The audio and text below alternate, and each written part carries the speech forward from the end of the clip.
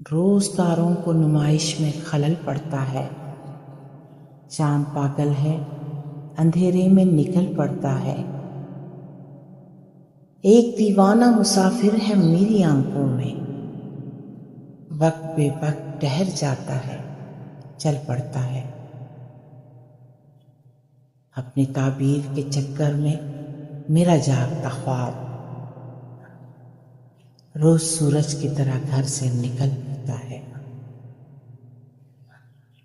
रोज पत्थर की हिमायत में गजल लिखते हैं, रोज शीशों से कोई काम निकल पड़ता है।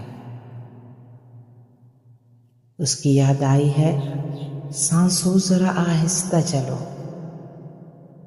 उसकी याद आई है, सांसों जरा आहिस्ता चलो। धड़कनों से भी इबादत में खलल पड़ता है, धड़कनों से भी इबादत में खलल पड़ता है।